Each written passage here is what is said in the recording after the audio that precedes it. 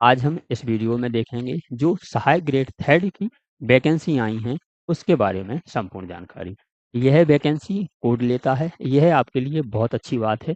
ESB की वैकेंसियों का थोड़ा ऐसा ही रहता है, लेकिन कोड की वैकेंसी अधिकांशतः फ्रेश होती है। तो हाई कोड लेता है, लेकिन सभी कोडों में होता है। इसका नोटिफिकेशन आउट हो गया है। सहायक ग्रेड थर्ड की यह वैकेंसी है। इसमें पोस्ट कितनी है, फॉर्म कब से भरेगा, इसी के साथ इसमें योग्यता क्या होने वाली है, आयु सीमा कितनी है, सैलरी कितनी है और परीक्षा की इसमें तिथि कब तक आएगी। इसी के साथ इसमें जो भी संपूर्ण जानकारी है जो आपको फॉर्म डालने के लिए आवश्यक है, उन सभी जानकारियों को हम देखेंगे। इसकी हम विज्ञप्ति देखते हैं तो आपकी यह रही विज्ञप्ति। जैसे ही हम विज्ञप्ति को ओपन करते हैं, यह रही आपकी विज्ञप्ति। विज्ञप्ति को सबसे पहले हम थोड़ा सा सेट कर लेते हैं जिससे यह क्लियर दिखे। मध्य प्रदेश उच्च न्यायालय जबलपुर विज्ञापन, यह आपकी विज्ञप्ति डेट दी गई है। इसी के साथ आपको सबसे पहले दिया गया है फॉर्म कब से भरना है। यह आपकी सीधी भर्ती है और ग्रेड थर्ड की यह भर्ती है। सहायक ग्रेड यहाँ लिखा है आपका सहायक ग्रेड थर्ड की इसमें वैकेंसी है। क्या क्या इसकी योग्यता रहेगी और 20 पेज की ही इसमें विज्ञप्ति है। ईएसबी की तरह नहीं कि 144 पेज की विज्ञप्ति है। इसी के साथ ईएसबी में माइनस मार्किंग है, लेकिन इसमें माइनस मार्किंग नहीं है। यह सबसे बड़ा बेनिफिट है। सिलेबस भी कम है, परीक्षा की अभी डेट भी नहीं आई है, हमें पढ़ने के लिए समय मिल गया और इसकी विज्ञप्ति भी ठीक है और माइनस मार्किंग भी नहीं है। देखते हैं। सबसे पहले आवेदन करने की प्रारंभ तिथि, फॉर्म आपके कब से भरेंगे, 17 अगस्त दोपहर 2 बजे से फॉर्म भरेंगे। तो लास्ट डेट क्या रहेगी, 15 सितंबर शाम 5 बजे तक लास्ट डेट रहेगी। इसी के साथ आप फॉर्म को बड़े ध्यान से भरें, यह वीडियो देखें या कोई सी वीडियो देखें। इसके साथ ही आपको क्या करना है कि विज्ञप्ति को पूरा पढ़ना है, वर्ड टू वर्ड पूरा पढ़ना है। उसके बाद ही आपको फॉर्म डालना है। लेकिन फिर भी यदि गलती हो जाती हैं तो हमें सुधार के लिए 19 तारीख को 19/9 12 बजे से 21/9 12 5 बजे तक यह इसमें सुधार किया जा सकता है। 19/9 12 बजे से 21/9 5 बजे तक इसमें सुधार किया जा सकता है। सुधार की इसमें डेट दी गई है। अब आपका पेपर कब है, तो पेपर की इसमें अभी डेट नहीं दी गई है। यह सबसे अच्छी बात है कि पढ़ने के लिए ज़्यादा समय मिल गया। पेपर की डेट नहीं दी गई है, फिर भी आपका पेपर जल्द ही होगा। अब हम देखते हैं इसकी जो महत्वपूर्ण जानकारियां हैं जो आपके लिए फॉर्म भरते समय आवश्यक हैं, उन्हें देखते हैं। इसमें पद कितने हैं, वेतन पदनाम क्या है, वेतनमान कितना है और पद कितने हैं, रिक्तियों की संख्या कितनी है। सहायक ग्रेड थर्ड इसका नाम है। इसका छठवां वेतन के अनुसार 5200 से आपका 20,200 प्लस ग्रेड पे 1900 रहेगा। 1174 इसमें पद दिए गए हैं। अब आपका वेतन कितना होगा, तो इसमें नीचे दिया गया है 7वें वेतनमान के अनुसार ग्रेड थर्ड का 19,500 से लेकर कितना होगा, 62,000 तक होगा। इसका वेतन भी अच्छा है, 62,000 तक वेतन दिया जाएगा। आगे बढ़ेगा वह अलग है, अभी इतना है। अब हम देखते हैं इसमें पद कितने हैं, किस कैटेगरी के लिए कितने पद हैं। तो यह रही आपकी खंड आ में दिया गया है। प्रत्येक वर्ग के नियमित रिक्त पदों की संख्या दी गई है, जिसमें हमें यह पद दिए गए हैं। अनारक्षित वर्ग के लिए है, एससी के लिए है, एसटी के लिए और ओबीसी और ईडब्ल्यूएस के लिए है। तो इसमें अनारक्षित वर्ग के लिए पद हैं, एससी के लिए जो आरक्षण है इतने पद हैं, एसटी के लिए आरक्षण है इतने पद हैं, ओबीसी के लिए आरक्षण है इतने पद हैं और ईडब्ल्यूएस के लिए जो आरक्षण है वह पद यह दिए गए हैं। इसी के साथ जनरल है, जनरल में कोई भी फाइट कर सकता है, लेकिन ईडब्ल्यूएस हो, ओबीसी हो, एससी हो, एसटी हो, इस आरक्षण के अलावा जो जनरल है उसमें कोई भी अभ्यर्थी फाइट कर सकता है। तो आपके यह पद दिए गए हैं, आप कैटेगरी के हिसाब से अपने पद देख लें। देखते हैं थोड़े से। जनरल के लिए आपको 314 और साथ ही साथ 153 दिए गए हैं। एससी के पद 181 हैं, एसटी के 236 हैं, ओबीसी के आपके पद दिए गए हैं 325, जिसमें से 14 और 13% का जो मामला है वह इसमें अलग है, लेकिन पद इतने हैं। अभी होल्ड कर लिया जाएगा और ईडब्ल्यूएस के लिए 118 पद दिए गए। महिलाओं के लिए पद कितने हैं? तो 35% पद इसमें रिजर्व किए गए हैं, जिसमें जनरल के लिए पद 110 हैं, एससी के लिए 63 हैं, एसटी के लिए आपके 83 हैं, ओबीसी के लिए 104 हैं और ईडब्ल्यूएस के लिए 41 हैं। ये आपके पद दिए गए हैं। इसी प्रकार से भूतपूर्व सैनिक के लिए 10% पद हैं और विकलांगों के लिए 6% पद हैं। 1174 आपके पद हो जाते हैं। तो आप अपनी कैटेगरी के हिसाब से इसको ध्यान से पढ़ें और उस हिसाब से फॉर्म भरें। अब हम देखते हैं पद की शैक्षणिक एवं तकनीकी अर्हताएं। इसमें शैक्षणिक योग्यता क्या होने वाली है? इसमें आपको क्या-क्या लगेगा योग्यता में? तो सबसे पहले तो आपको ग्रेजुएशन होना चाहिए। पहले यह 12th पास से आती थी, लेकिन अब ग्रेजुएशन से है। जो मान्यता प्राप्त यूनिवर्सिटी है, उससे आपको ग्रेजुएशन होना चाहिए। आगे देखते हैं, दूसरा है सीपीसीटी आपको पास होना चाहिए और 1 साल का कंप्यूटर डिप्लोमा चाहिए।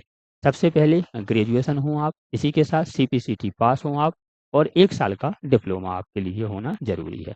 यह सभी चीज़ें होना ज़रूरी है। इसके बाद आगे जानकारी आपकी है, नोट में देखते हैं। जो आपके प्रमाण पत्र हैं, अंक सूची हैं, ऑनलाइन आवेदन करने की अंतिम तिथि तक उत्तीर्ण होने के साथ-साथ परीक्षा अंक पत्र, प्रमाण पत्र होना आवश्यक है। जो आपकी परीक्षा तिथि है, उस तक आपके सभी जो डॉक्यूमेंट हैं, उन्हें के होना आवश्यक है। इसका मतलब यदि आपके पास वह डॉक्यूमेंट नहीं है, तो आपका फॉर्म नहीं भरेगा।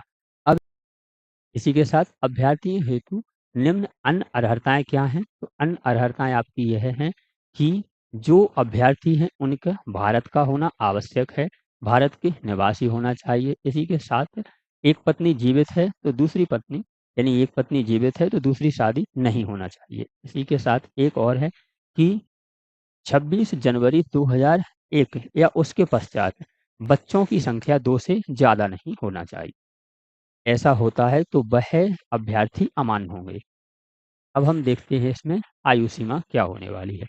आयु सीमा आपकी 1/1/2026 से आपकी आयु सीमा देखी जाएगी। 1/1/2026 से आयु की गणना की जाएगी।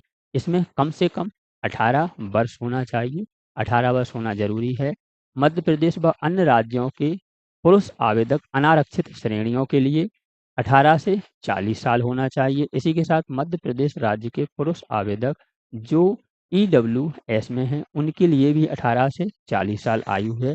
इसके साथ ही मध्य प्रदेश राज्य के पुरुष व महिला आवेदक जो ओबीसी में हैं, एससी में हैं, एसटी में हैं, उनके लिए 45 वर्ष। इसी के साथ उपरोक्त श्रेणी में आने वाले अन्य राज्यों के अभ्यर्थियों को अनारक्षित श्रेणी में माना जाएगा। जो भी एक राज्य से दूसरे राज्य में यदि पेपर दे रहे हैं, अदर राज्यों के अभ्यर्थी हैं, उन्हें आरक्षण का लाभ नहीं दिया जाएगा। तो श्रेणी में माना जाएगा, अनारक्षित श्रेणी में माना जाएगा, यानी उनकी भी 40 साल मानी जाएगी। आगे यदि हम देखें, मध्य प्रदेश के शासकीय निगम, मंडल, स्वशासी संस्थाओं के कर्मचारी तथा नगर सैनिक, उनके लिए भी 45 साल दी गई है। अब महिलाओं के लिए कितनी है? तो इसमें आगे दिया गया है कि मध्य प्रदेश व अन्य राज्य की सभी महिलाओं और सभी दिव्यांगों के लिए कितनी है? 45 साल। मध्य प्रदेश व अन्य राज्यों की सभी महिलाओं के लिए और सभी दिव्यांगों के लिए 18 से 45 साल आयु दी गई है। इतनी आयु होना चाहिए। इसी के साथ आगे देखते हैं। अब देखते हैं आवेदन शुल्क कितनी लगने वाली है। तो अनारक्षित वर्ग के लिए 200 रुपये परीक्षा शुल्क है। इसी के साथ 743.40 पैसे यानी 744 रुपये सेवा प्रदाता को दे पोर्टल व अन्य शुल्क हैं। इस हिसाब से यदि हम इसे योग करते हैं तो यह 943.40 पैसे आपके लगेंगे। इसी के साथ जो आरक्षित वर्ग हैं उनके लिए और दिव्यांगों के लिए और महिलाओं के लिए कितनी है? यह जो 200 रुपये हैं परीक्षा शुल्क, यह माफ़ है। इसी के साथ 743.40 रुपये हैं, यह इनके लगेंगे। इनके यह 200 रुपये कम हो जाएँगे। तो आपकी यह शुल्क रहने वाली है। एक इसमें नंबर दिया गया है। फॉर्म भरते समय यदि किसी प्रकार की परेशानी होती है, तो यह आपके लिए हेल्पलाइन नंबर दिया गया है। इसी के साथ यह आपकी साइट दी गई है कि आपको जो अपडेट है वह आपको इस साइट पर मिलेगा, क्योंकि यह रही आपकी साइट। किसी भी प्रकार की अपडेट के लिए यह आपको साइट दी गई है, आप इस साइट पर ही देखें जो भी अपडेट हैं। अब हम देखते हैं कि जो परीक्षा की योजना, परीक्षा 2 चरणों में होगी। पहला चरण होगा ऑनलाइन प्रारंभिक परीक्षा 100 अंक की होगी और दूसरा चरण होगा हिंदी टाइपिंग की कौशल परीक्षा 50 अंक की होगी। 2 चरणों में परीक्षा होने वाली है। पहले चरण में आपका जो पेपर है वह 100 नंबर का होगा, 100 प्रश्न आएँगे और समय आपके लिए दिया जाएगा 2 घंटे। 2 घंटे समय दिया जाएगा आपको, इसका मतलब 120 मिनट दिए जाएँगे और 100 क्वेश्चन हैं। टाइपिंग के लिए भी हम देखेंगे टाइपिंग के लिए क्या लगना है। टाइपिंग के लिए नीचे दिया गया है कि आपको टाइपिंग के लिए क्या लगना है। परीक्षा की पालियाँ क्या रहेंगी, तो अभी इसमें फॉर्म नहीं डले हैं। कितने फॉर्म आएँगे उस हिसाब से पालियाँ बनाई जाएँगी। यदि एक पाली से काम पड़ता है, यानी एक शिफ्ट में यदि पेपर हो जाता है तो एक में, अगर नहीं होता है तो इससे अधिक शिफ्टों में जो पेपर है आयोजित किया जाएगा। अब हम देखते हैं सिलेबस को। सिलेबस इसका क्या होने वाला है, सिलेबस में आपके 100 अंक होंगे, 120 मिनट मिलेंगे। आपका जो पेपर है एमसीक्यू होगा, एक प्रश्न के लिए 1 अंक दिया जाएगा। इसी के साथ इसमें सिलेबस है, सिलेबस के साथ ही आपका क्वेश्चन है, नंबर कितने मिलेंगे और आपका मीडियम क्या रहेगा। जो आपका सिलेबस है वह इस प्रकार है। जीके है, जीएस है, यह इंक्लूड है, साथ में आएगी, साथ ही साथ आपकी एमपी जीके भी आएगी। तो आपकी जीके में जीके है, छोटे क्वेश्चन भी आएँगे, बड़े भी आएँगे और एमपी की जीके भी आएगी। इसके कितने आएँगे? 20 क्वेश्चन आएँगे, 20 नंबर के होंगे, जो कि हिंदी एवं इंग्लिश दोनों में मिलेंगे। आगे मैथ है आपका और रीजनिंग है, इसके 20 प्रश्न होंगे, 20 नंबर के होंगे, जो हिंदी एवं इंग्लिश दोनों में होंगे। इसी के साथ आपकी जनरल हिंदी है, हिंदी आपकी 20 नंबर की होगी, 20 प्रश्न होंगे और यह हिंदी में ही होंगे, इसकी इंग्लिश नहीं होगी। इंग्लिश आपकी 20 क्वेश्चन होंगे, 20 नंबर के होंगे और यह इंग्लिश में ही होगी, इसकी हिंदी नहीं होगी। आगे देखते हैं मोस्ट है, ऐसा क्यों लिखा है? कंप्यूटर। कंप्यूटर आपका 20 नंबर का होगा, 20 अंक दिए जाएँगे और यह इंग्लिश में होगा। यह सभी जो मीडियम लिखे गए हैं वह इसीलिए लिखे गए हैं कि जो आपका कंप्यूटर है वह इसमें इंग्लिश में आता है। पूर्व में जिसने पेपर दिया है उन्हें जानकारी है कि यह इंग्लिश में आता है, यह हिंदी में नहीं आता है। तो आपको उस हिसाब से तैयारी करना है। कंप्यूटर आपका इंग्लिश में आएगा, इंग्लिश आपकी इंग्लिश में होगी। अब हम देखते हैं कितने हो जाते हैं, 100 क्वेश्चन हो जाते हैं, 100 नंबर के हो जाते हैं। समय हमारे लिए 2 घंटे दिया जाता है, तो आपके लिए समय पर्याप्त है। प्रश्न आपके 100 हैं और समय आपके लिए 120 मिनट है, यानी एक प्रश्न के लिए 1 मिनट से ज़्यादा का समय दिया गया है। अब हम देखते हैं कि आपके लिए जो डॉक्यूमेंट है वह कैसे पहुँचवाना है। पूर्व में जिसने पेपर दिया है उन सभी अभ्यर्थियों को यह जानकारी है। लेकिन जो नए अभ्यर्थी हैं वह समझ लें, आवेदन पत्र एवं दस्तावेज हिंदी टाइपिंग की कौशल परीक्षा हेतु सफल हुए अभ्यर्थियों से निर्धारित दिनांक तक आवेदन पत्र व दस्तावेज मंगाए जावें।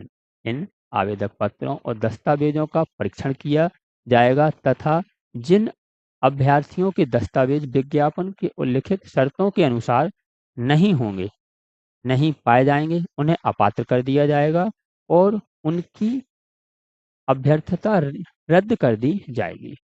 पात्र व अपात्र पाए गए अभ्यर्थियों को सूचित किया जाएगा। उच्च न्यायालय की वेबसाइट पर यह प्रकाशित कर दिया जाएगा। तो जो पेपर देंगे 100 नंबर का, उसमें जो पास हो जाएँगे अभ्यर्थी, तो उनके लिए डॉक्यूमेंट भेजना है। डॉक्यूमेंट भेजने के लिए समय दिया जाएगा कि आप इतनी तारीख से इतनी तारीख तक अपने डॉक्यूमेंट भिजवाएँ। जो डॉक्यूमेंट सही होंगे, उनके लिए पात्र श्रेणी में और जिनके डॉक्यूमेंट में कुछ प्रॉब्लम होगी, उनके लिए अपात्र श्रेणी में रखा जाएगा। आगे क्या होगा? जो आपको डॉक्यूमेंट मँगाए जाएँगे, वैसे तो उसमें पता दिया जाएगा, फिर भी आवेदन आपको प्रिंसिपल रजिस्टर्ड के नाम से करना है। यह आपका पूरा एड्रेस लिखा हुआ है। तो आपको जो आवेदन जो आपको डॉक्यूमेंट पहुंचवाना है उसका एड्रेस दिया गया है। प्रिंसिपल रजिस्ट्रार परीक्षा प्रशासनिक भवन उच्च न्यायालय मध्य प्रदेश जबलपुर के नाम से आपको जो डॉक्यूमेंट पहुंचवाना है वह पहुंचवाना है।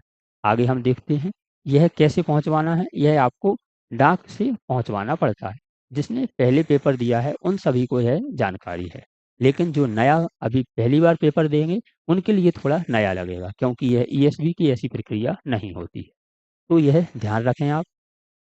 कौशल परीक्षा का पाठ्यक्रम जो आपकी टाइपिंग है उसके बारे में जानकारी दी गई। तो आपकी टाइपिंग 50 अंक की होने वाली है, जिसमें आपको 350 वर्ड मिलेंगे। 50 नंबर की होगी। 10 मिनट दिए जाएंगे। जो आपकी टाइपिंग है उसमें आपकी स्पीड 35 शब्द प्रति मिनट होना चाहिए। 10 मिनट में 350 शब्द दिए जाएंगे। 50 नंबर की यह टाइपिंग होगी। टाइपिंग के लिए आप कीबोर्ड नहीं ले जा सकते, अपनी चेयर नहीं ले जा सकते। इससे पहले जब पेपर लगते थे तो आप अपना कीबोर्ड ले जा सकते थे, लेकिन अब अनुमति नहीं है। आप अपना कीबोर्ड नहीं ले जा सकते हैं। इसी के साथ इसमें टाइपिंग परीक्षा से संबंधित अन्य जानकारियाँ इस प्रकार हैं। अन्य जानकारियाँ आपको कैसे हैं? सबसे पहले देखते हैं कि आप अपना कीबोर्ड या अपनी कुर्सी नहीं ले जा सकते हैं। जो उसमें आपको मिलेगा उसको पहले आपको चेक कर लेना है। इसके बाद ही फिर आपका पेपर होगा। आप अपनी तरफ से कुछ नहीं ले जा सकते। जो आपकी टाइपिंग है वह कंप्यूटर में पहले से होगी। जो आपका मैटर है तो वह निर्धारित समय में करना है, और टाइपिंग का मैटर आपको हिंदी में पहले से उसमें कंप्यूटर स्क्रीन पर आ रहा होगा। अलग से पेज वगैरह नहीं दिया जाएगा, उसी में ऊपर देखना, नीचे टाइप करना है। अब आपको टाइप कहाँ करना है? वैसे तो यह बहुत दिनों से बंद हो गया, फिर भी इसमें दिया गया है कि रेमेंटन गैल पे करना है आपको। कीबोर्ड आपका दो प्रकार के होते हैं, इन स्क्रिप्ट और रेमेंटन गैल। कैसे होते हैं? जैसे मान लीजिए आपका जो कीबोर्ड है उसमें सबसे पहले क्या लिखा रहता है? क्यू लिखा रहता है, डब्ल्यू ई लिखी रहती है। तो आपको इसमें जो अक्षर होंगे टाइपिंग के स्टाइल में होंगे। लेकिन इन स्क्रिप्ट कैसा होता है, जैसे आप टी दबाएंगे तो ता और टा आएगा, वैसे पे नहीं होना है। जिसने दिया है पता है, फिर भी हम बता रहे हैं। इसी के साथ आपको रेमेंटन गैल पे करना है। इसी के साथ आपको जो कुर्ती देव है उस पर नहीं करना है। उसके और इसके एक दो अक्षरों में डिफरेंस होता है। तो आपको रेमेंटन गैल पे ही अपनी तैयारी करना है। अब आगे क्या है इसमें? आगे दिया गया है कौशल परीक्षा प्रारंभ होने के पश्चात अभ्यर्थी को अपने कीबोर्ड की जांच करने के लिए अतिरिक्त समय दिया जाएगा। यदि कीबोर्ड में कोई खराबी पाई जाती है तो संबंधित केंद्र के निरीक्षकों द्वारा बदलवा लें। कौशल परीक्षा के दौरान या पश्चात में खराबी के संबंध में किसी प्रकार से विचार नहीं किया जाएगा। एक बार आपका पेपर स्टार्ट हो गया, फिर आपका यदि कीबोर्ड खराब मिलता है तो इसकी जवाबदेही नहीं होगी। इसलिए आप पहले से चेक कर लें। अब आपको क्या-क्या बंद रहेगा इसमें? टाइपिंग के दौरान डिलीट की आपकी बंद रहेगी, एलो की बंद रहेगी व माउस आपका बंद रहेगा। सुधार कार्य के लिए परीक्षार्थियों को केवल बैक स्पेस की का उपयोग करना होगा। आप सिर्फ बैक स्पेस की का उपयोग कर सकते हैं सुधार कार्य के लिए। बैक स्पेस, क्योंकि आप जब तैयारी करेंगे तो इस हिसाब से करेंगे।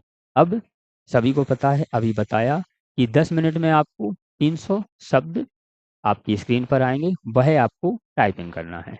तो 300 शब्द आएंगे, इसके लिए आपको क्या करना है? इसमें माइनस मार्किंग है। टाइपिंग में आपकी माइनस मार्किंग है, इसलिए आपको ध्यान से करना है। किस प्रकार से है उसे भी हम देखते हैं। तो आपकी माइनस मार्किंग किस प्रकार से रहेगी, इसमें आगे दिया गया है। हिंदी टाइपिंग का मूल्यांकन कैसे किया जाएगा? हिंदी टाइपिंग का मूल्यांकन सीपीसीटी द्वारा निर्धारित मापदंडों के अनुसार किया जाएगा। टाइपिंग की गति आपकी शुद्धता देखी जाएगी। जो टाइपिंग की गति है उसमें जो शुद्ध अक्षर हैं उन्हें देखा जाएगा। जो अशुद्ध हो जाते हैं उनके नंबर कटेंगे। कैसे कटेंगे? कि आपने यदि एक त्रुटि कर दी है तो 0.5 कटेंगे। एक किया तो आपका आधा नंबर कटा। यदि आपने दो गलतियां कर दी तो आपका एक नंबर काट लिया जाएगा। आपके नंबर और कटेंगे कैसे? साथ ही प्रत्येक बैक स्पेस पर आप जो बैक स्पेस दबाते हैं उस पर 0.10 अंक भी काटे जाएंगे। तो आपको उसका इस्तेमाल ज़्यादा नहीं करना है। बैक स्पेस यदि आप एक बार इस्तेमाल करते हैं तो 0.10, यदि 10 बार इस्तेमाल कर लिया तो आपका 1 नंबर काट लिया जाएगा। इसलिए आपको वहाँ मिटाना नहीं है। पहले से ही इतनी तैयारी करनी है कि आपको बैक स्पेस ना दबाना पड़े। इसके साथ ही आप जो बीच में बार-बार स्पेस होता है, उसे भी बार-बार ना दबाएँ और जो आपकी गलतियाँ हैं, वह भी ना हो। क्योंकि यह परीक्षा आपकी थोड़ी-सी टफ हो जाती है, लेकिन सभी अभ्यर्थी इसमें सीपीसीटी किए हुए हैं, तो यह उन्हें पहले से जानकारी है।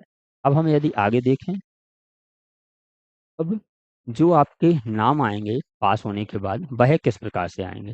तो यहाँ दिया गया है, ऑनलाइन प्रारंभिक परीक्षा का परिणाम अभ्यर्थियों के प्राप्त अंकों के मेरिट के आधार पर बनाया जाएगा, जिसमें प्रत्येक श्रेणी की मेरिट में 15 प्रति पद के लिए लगभग 5 अभ्यर्थी, जिसमें कट ऑफ अंक के समान पाए जाने पर सभी अभ्यर्थियों भी शामिल होंगे।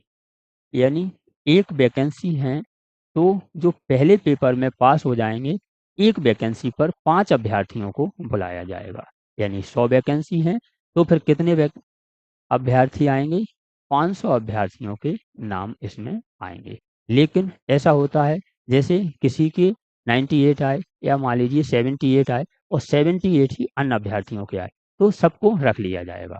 1 से नंबर आने पर, जैसे लास्ट का मान लीजिए आपका आता है 78.02 आता है, यह आपकी कट ऑफ है। तो 78.2 वाले जितने अभ्यर्थी हैं, उन सबको रख लिया जाएगा। क्योंकि 1 से नंबर है, तो आप सभी को रख लिया जाएगा। यह 5% से ज़्यादा भी हो सकते हैं। आगे देखते हैं, भले ही उनकी संख्या 15 के अनुपात में अधिक हो जाए, लेकिन जो लास्ट की कट ऑफ है, उन सभी अभ्यर्थियों के लिए रख लिया जाएगा कि अनुपात में स्थान प्राप्त करने वाले अभ्यर्थियों को हिंदी टाइपिंग की कौशल परीक्षा के लिए सफल घोषित किया जाएगा।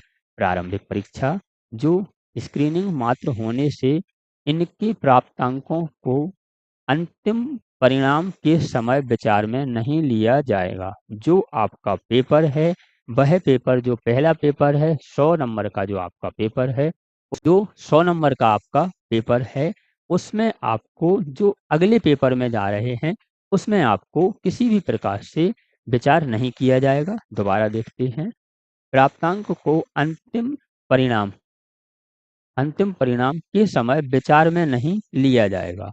उन्हें विचार में नहीं लिया जाएगा तथा ऑनलाइन प्रारंभिक परीक्षा का परिणाम मध्य प्रदेश उच्च न्यायालय की वेबसाइट पर प्रकाशित किया जाएगा। जो आपकी वेबसाइट है, उसी पर यह प्रकाशित किया जाएगा। अन्य जो भी अपडेट होंगे, उसी वेबसाइट पर आपके आएँगे। तो यह जो अपडेट था, यह जो विज्ञप्ति थी, उसकी हमने सभी जानकारियाँ दी। फिर भी हमने एक बार और कहा है कि हमारी वीडियो देखें आप या किसी अन्य की वीडियो देखें आप, वीडियो से कोई मतलब नहीं है। यह तो जानकारी दे ही दी है सभी ने, हमने भी दी है और दूसरे यूट्यूबरों ने भी दी है। लेकिन जब भी आप फॉर्म भरने जाते हैं, तो 20 पेज की मात्र विज्ञप्ति है, इसको आपको स्वयं पढ़ना है, एक-एक शब्द आपको ध्यान से पढ़ना है। उसके बाद ही आपको फॉर्म भरना है। इससे पहले आपको फॉर्म नहीं भरना है, क्योंकि एक बार परेशानी हो जाती है, तो फिर यह नौकरी ना मिलने तक की परेशानी भी हो सकती है। इसलिए आप बड़ी सावधानी से विज्ञप्ति पढ़ें स्वयं और बड़ी सावधानी से फॉर्म भरवाएँ। क्योंकि नेट वालों के पास तो क्या है, जितने रुपए मिलना है उतने मिल जाएँगे। इसके बाद भविष्य आपका खराब होगा। तो यह रही आपकी विज्ञप्ति। हम अपने चैनल पर नौकरी संबंधी सभी अपडेट लाते रहते हैं। ऐसे ही अपडेट प्राप्त करने के लिए आप हमारे साथ जुड़ जाइए। मिलते हैं एक और जानकारी, एक और अपडेट के साथ अगली वीडियो में।